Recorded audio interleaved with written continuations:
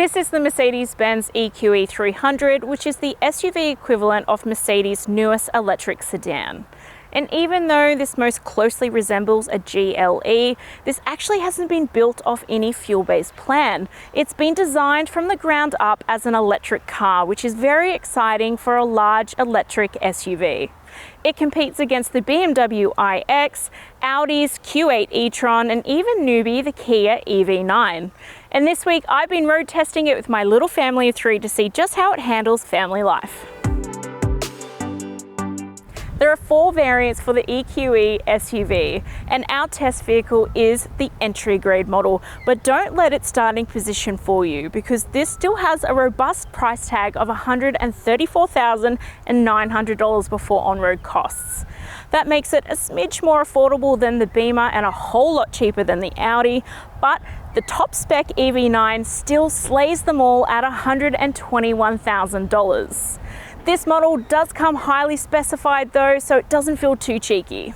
Occupants will enjoy all the creature comforts with a panoramic sunroof, heated and electric front seats, as well as a premium Burmester sound system, power tailgate, and lots of upmarket tech throughout.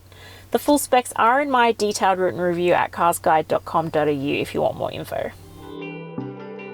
The design is decidedly modern and, at least to me, far more tolerable than the sedan sibling, but it's not what I would call a sexy SUV.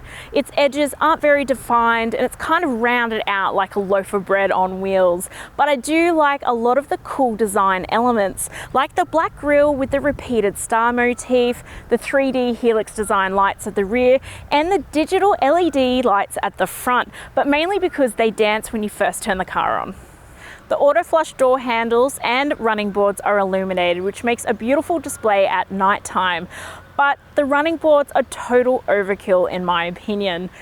They do nothing to the overall design. You don't really need them because it's not a high car to get in and out of, and more often than not, I found that they were just simply in the way.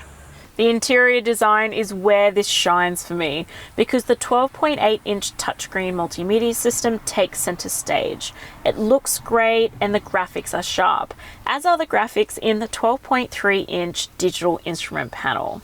The rest of the dashboard is pretty empty, and this is a little bit too plasticky for my liking at this price point. The air vents look like jet turbines, which is pretty cool, but it's the 64-way color ambient lighting which transforms the cabin space from good to wow, especially at nighttime. And no matter which way you turn your head, you get hit by a lot of color, which is great because you've got strip lighting in the seats, up in the roof, and the doors. Just adds a lot of pizzazz.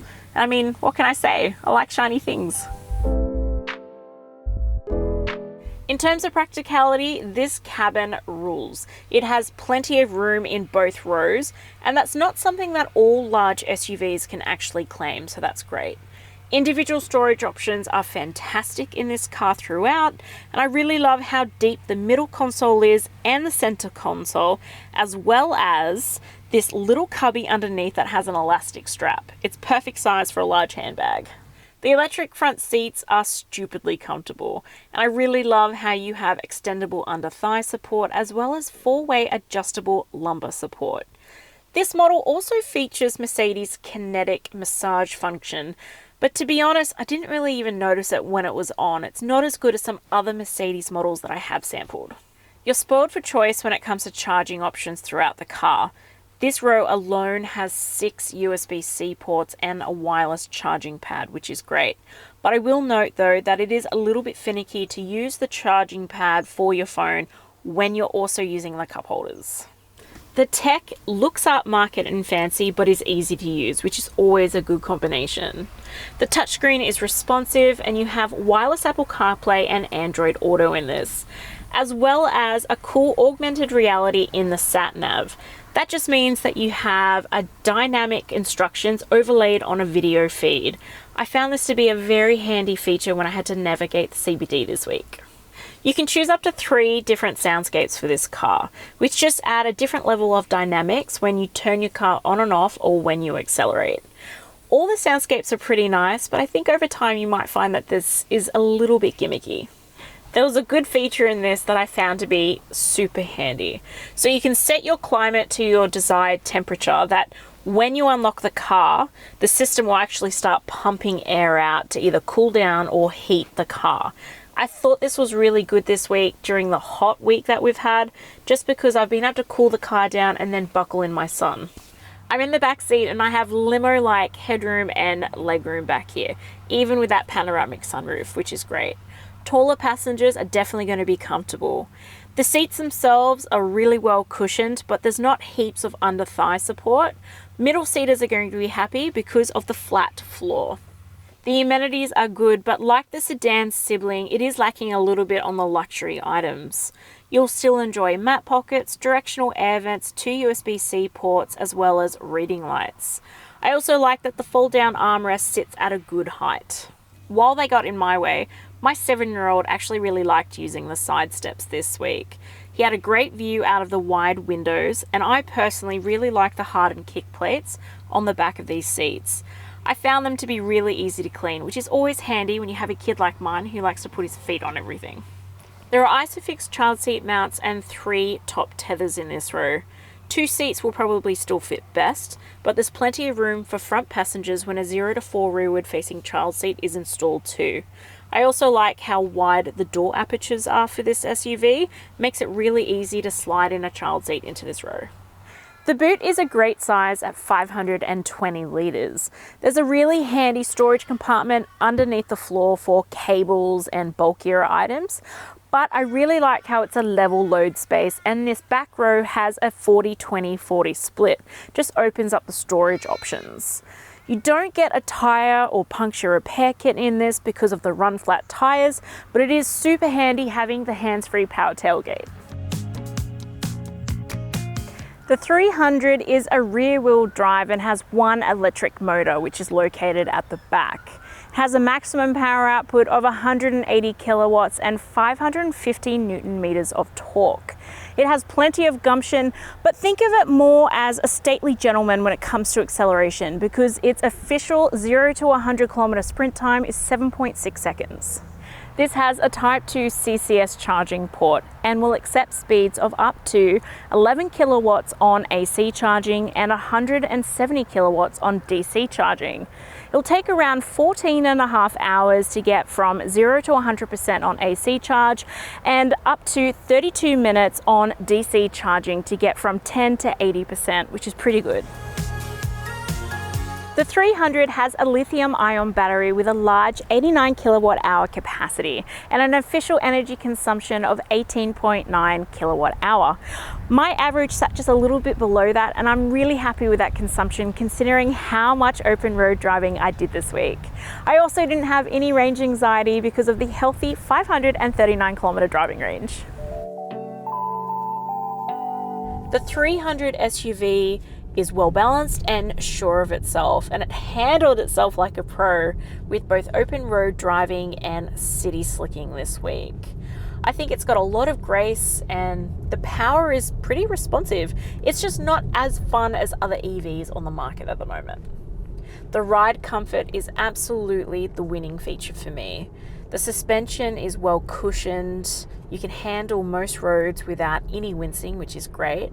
And the cabin pretty much gets 0 noise from the outside, which just makes for a very refined cabin space and driving experience. Despite the wider A and B pillars, you still get really great visibility in this because of the wide windows and the lower window sills. There are 3 levels of regenerative braking with this car that you can customize. None, normal, and strong. I've had it in normal for my week with this because I just find that to be the nicest setting for me personally with driving. It's responsive and gives enough power regen for me.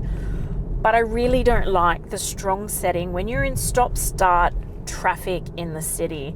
Just gives a very jerky experience for me, and I actually really don't like it how the brake pedal moves when it's activated.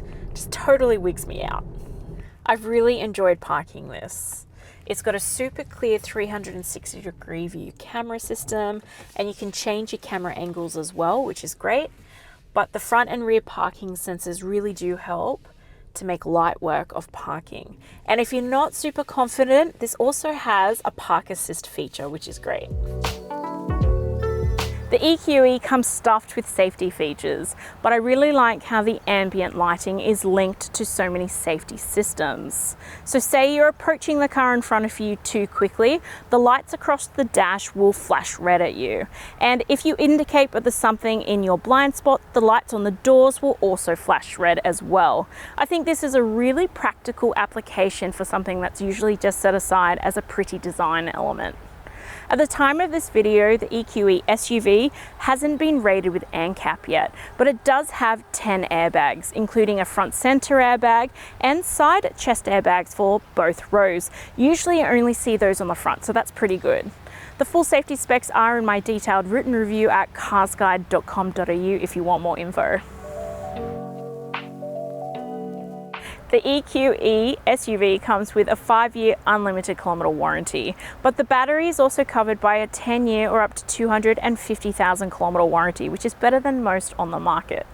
You can pre-purchase either a 3, 4 or 5-year servicing plan, and on the 5-year plan it costs a flat $4,085 or an average of $817, which is damn expensive for an EV. Servicing intervals are also more in line with a fuel-based car at every 12 months or 25,000 kilometres, whichever occurs first. I do like though that you get 2 complementary cables with this, an at-home AC charger as well as a public charging cable too. The Mercedes-Benz EQE300 has a massive cabin space and a standard features list which puts a lot of other entry-grade luxury SUVs to shame. The on-road manners of this are excellent and the driving range and power are also really good, but the ongoing costs are quite high and it's not as stylish as some of its competitors, so this gets an 8.1 out of 10 from me. My son really liked this one and gives it a 9 out of 10. If you're after more details, check out my full review at carsguide.com.au and I'll see you next week.